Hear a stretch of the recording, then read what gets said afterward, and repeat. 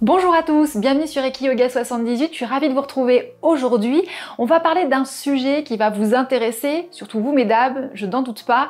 Un sujet qui fait la une de nombreux magazines à l'approche de l'été, comment muscler ses fessiers. Et oui, soyons honnêtes, pour tous ceux et celles qui veulent aller à la plage cet été, eh bien on rêve d'avoir un popotin bien galbé, c'est normal.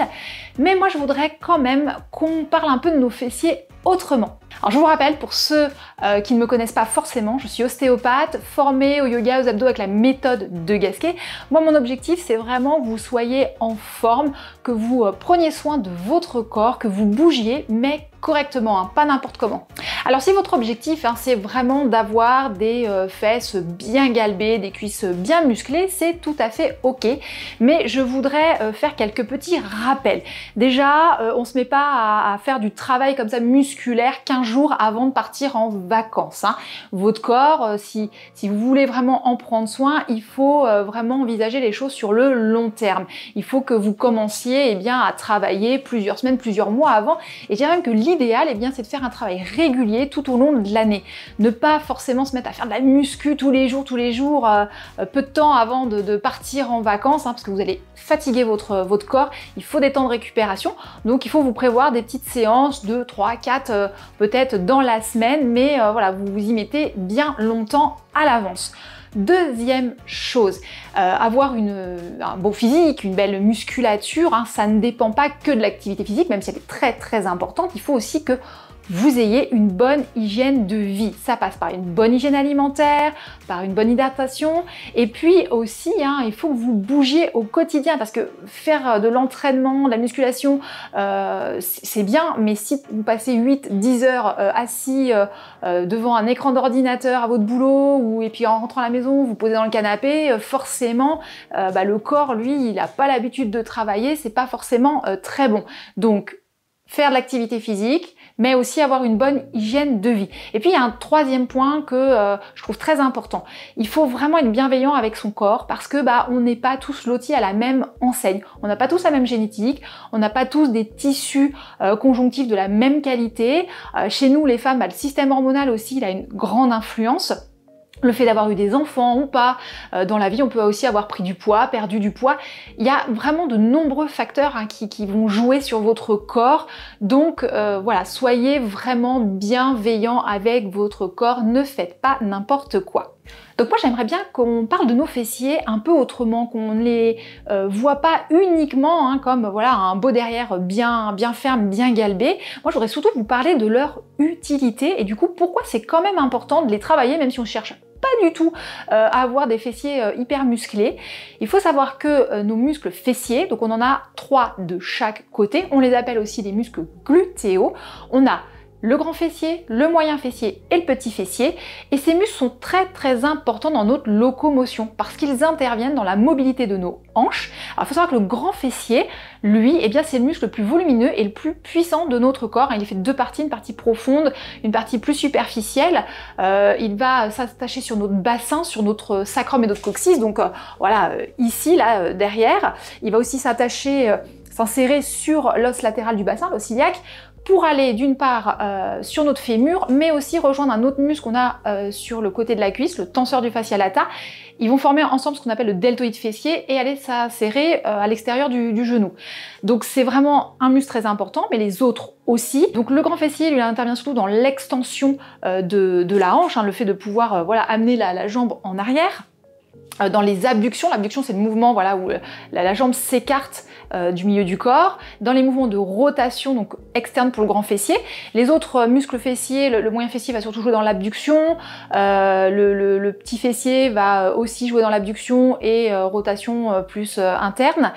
Donc ce sont vraiment des muscles importants pour la mobilité de nos hanches, pour la santé de nos hanches, mais ils vont aussi intervenir sur les mouvements du bassin, notamment le grand fessier sur la rétroversion du bassin, et puis surtout ils vont le stabiliser quand on se retrouve en appui unipodal. C'est quoi l'appui unipodal? C'est tout simplement le fait d'être sur un pied. Alors vous allez vous dire, mais moi je passe pas ma vie sur un pied, je suis pas un flamant rose. Oui certes, mais en fait, on est souvent sur un pied quand on se déplace. Forcément quand on marche, il y a toujours un moment où on a un pied au sol et puis l'autre pied qui se lève pour pouvoir avancer. La même chose quand on court, quand on monte des escaliers, quand on descend. Et donc ils aident notre corps à rester droit et à pas s'écrouler à chaque fois qu'on avance.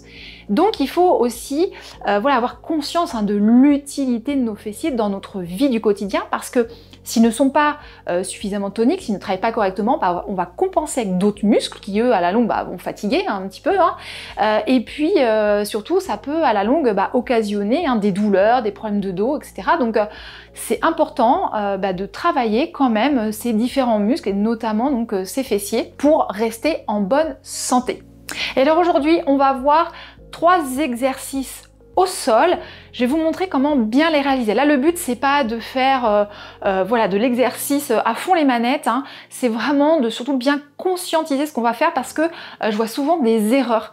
Souvent, on n'est pas assez à l'écoute de son corps, on veut aller trop vite, on veut aller trop loin dans le mouvement en pensant que plus on va aller loin, mieux c'est, alors que pas du tout, parce que on n'est plus du tout dans l'articulation qui devrait être en train de travailler. Donc, on va tout de suite voir ça ensemble. Alors, c'est parti pour nos exercices au sol. On va faire un exercice que vous connaissez déjà certainement, un exercice à 4 pattes. Bien entendu, si vous avez des problèmes de genoux, mettez un petit renfort sous les genoux. Si vraiment vous avez des gros problèmes, vous n'insistez pas. Il y a plein d'autres exercices qu'on peut faire. Celui-là sera peut-être pas adapté pour tout le monde, surtout pour ceux qui ont des problèmes de genoux. Vous inquiétez pas, on en verra d'autres.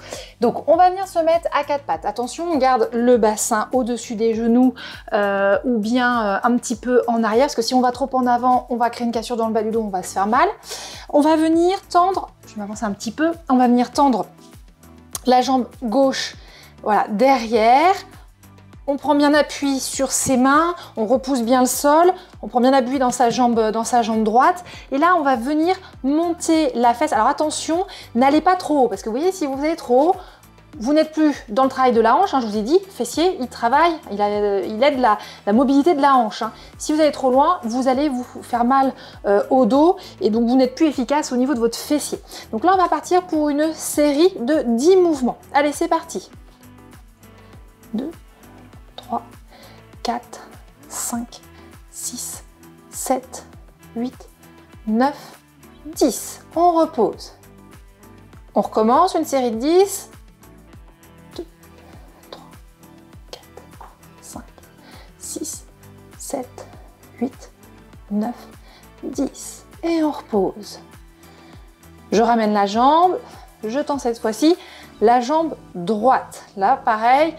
Je prends bien mes appuis, n'hésitez pas à chaque fois à bien vous repositionner. Et c'est parti. 2, 3, 4, 5, 6, 7, 8, 9, 10. On repose. Et c'est reparti, une série de 10. 1, 2, 3, 4, 5, 6, 7, 8, 9, 10. On ramène sa jambe. On retend la jambe gauche. Cette fois-ci, je monte la jambe et je tiens. 1, 2, 3, 4, 5, 6, 7, 8, 9 et 10. À nouveau, je tends la jambe. 1, 2, 3, 4, 5, 6, 7, 8, 9 et 10. Et je ramène. Pareil avec ma jambe gauche, je tends ma jambe droite, pardon. Je tends ma jambe droite et je monte.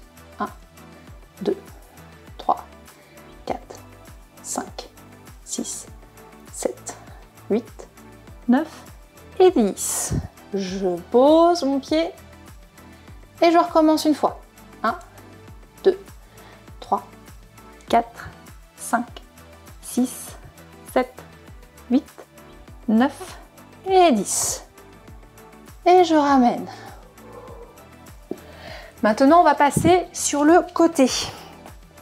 La jambe du dessous, vous la mettez bien à 90 degrés par rapport à votre buste, votre dos bien aligné. Et là, pareil, mouvement d'abduction de la hanche. Attention à ne pas monter trop haut, sinon, vous voyez, là, c'est plus ma hanche, je suis déjà au niveau de ma colonne, donc je risque de me faire mal. Donc, on est parti pour une série de 10. 1, 2, 3, 4, 5, 6, 7, 8, 9 et 10. Je repose. Et je recommence une série 10. 1, 2, 3, 4, 5, 6, 7, 8, 9, 10. On repose. On va tout de suite faire du statique avant de changer de côté. Donc je lève ma jambe. Faites bien attention d'être bien dans votre hanche. Hein. Et là, 1, 2, 3, 4, 5, 6, 7, 8, 9 et 10. On repose. Et on recommence. 1, 2, 3, 4, 5, 6, 7, 8, 9 et 10. Je repose. Je ramène ma jambe, attention pour vous relever. Voilà. Et on se met de l'autre côté.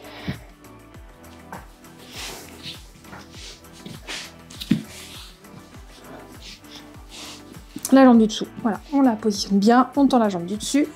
Et c'est parti, série 10. 1, 2, 3, 4, 5, 6, 7, 8, 9, 10.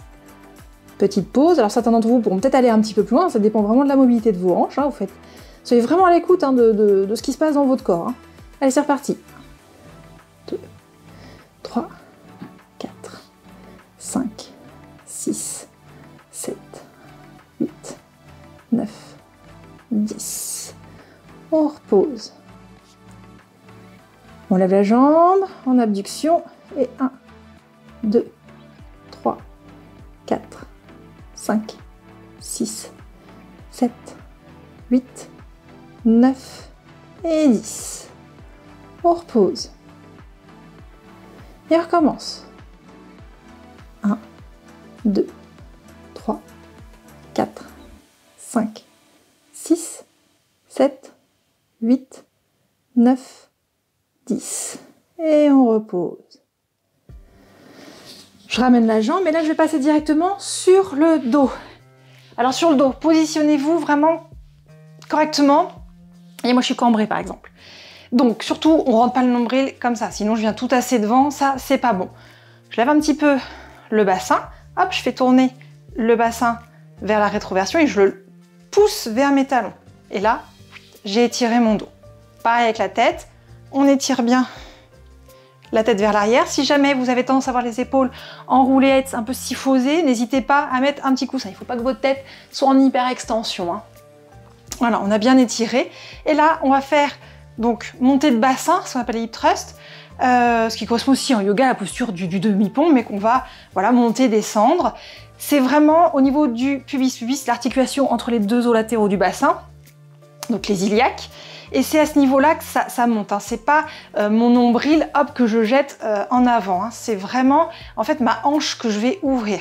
Donc là, c'est parti. On va monter sur des expirations, d'accord? Vous pouvez même contracter un petit peu le périnée au début de l'expire. Après, vous y pensez plus au périnée. Hein. C'est vraiment un starter, mais je vous réexpliquerai ça dans d'autres vidéos. Mais sinon, voilà, montez en soufflant, redescendez en inspirant. Et c'est parti.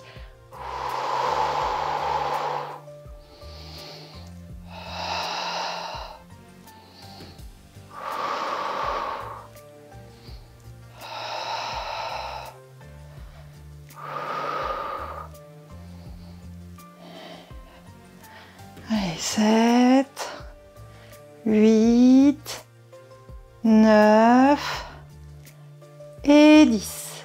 Et je repose. On recommence, série 10. Allez.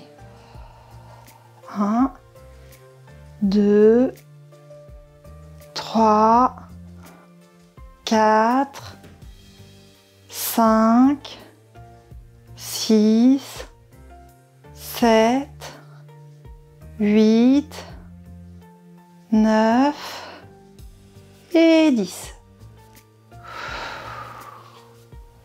là, on travaille les fessiers, mais en fait, il y a plein d'autres muscles dans le corps qui travaillent, au niveau des pieds, des jambes, du dos. Et là, on monte. Et on reste. 2, 3, 4, 5, 6, 7, 8, 9 et 10. Et on redescend. On recommence. Allez, une dernière fois. 1, 2, 3, 4, 5, 6, 7, 8, 9 et 10. Et on redescend. Donc vous sentez peut-être déjà que ça a travaillé pour ceux, voilà, surtout si vous n'avez pas l'habitude.